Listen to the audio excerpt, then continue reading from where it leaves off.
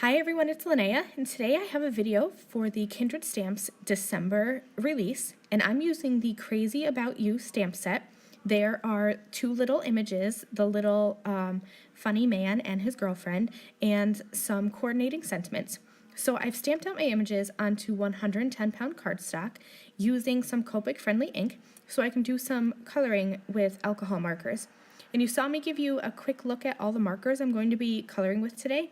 I know it was a quick look, but don't fear, I will have a still photo over on my blog, so if you want to copy my coloring combinations, you can. So I started with my coloring, and I just do the darkest marker along the edges and where I want shadows to be. And then I blend out with my lighter marker. I didn't leave all of the coloring in here because I'm not an expert by any means, but I did leave in the coloring of her hair because I wanted to color her true to character with the color at the edges and then blonde for her overall hair color. So I started on the reds with a dark red blending into a light red, and now I'm going to color her blonde hair with a dark yellow, blending it with the CT4 lighter yellow. And you can see I mixed my brands of alcohol markers. I have some Spectrum Noir, and I have some that are the Copic brand. I've never had any issues mixing alcohol marker brands because it's the same formulation of marker. They should be able to mix together well. So I encourage you to use whatever brands you have for your markers. So I'm doing the same thing with the blue, a dark blue into a light blue, and then the dark blonde color into the light. And when I blend between the blonde and the blue with the CT4, I'm being careful not to blend it out too much because I don't want to mix and get a green. So here are my little images, all cut and colored up. And I'm going to start with my backgrounds now. So I have a stencil, and I've taped the stencil onto the back of my cardstock. That way I can get all the way to the edge of my cardstock with my stencil. And I'm using a blending brush.